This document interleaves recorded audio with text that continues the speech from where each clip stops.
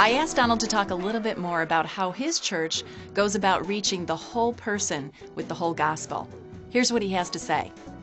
When we talk about, at the church that I attend, reaching the whole person with the whole gospel in the whole world, it's different in the model that we're not just trying to communicate what we would think of as spiritual ideas.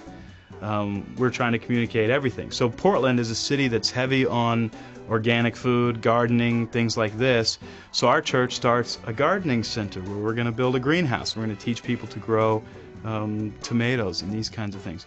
Why would we do that as a church? Well, because God made tomatoes and God made gardening, and in Scripture He consistently uses gardening metaphors and analogies and allegories to teach people how spirituality works. So even though we're teaching them gardening, we're also teaching them about God. When we're talking about providing housing, the whole person is a human being in skin that when it rains, they get wet. So housing becomes part of the message that we want to communicate. Education, computer labs, the whole person. How do we bring the whole gospel to every aspect of a person's life? And how do we meet needs in that sense? So I think that's a little bit of how sort of we do differently. Where, the church I grew up, which was a great church, but they would go door to door and they would communicate these 5 points. And we're hoping to communicate a lot more about God's creation and God's world than that. And you say, why would we do that? Why wouldn't we just communicate the essence? Because God communicates all of that in Scripture. And not only that, but God made gardening. And we don't think gardening is bad.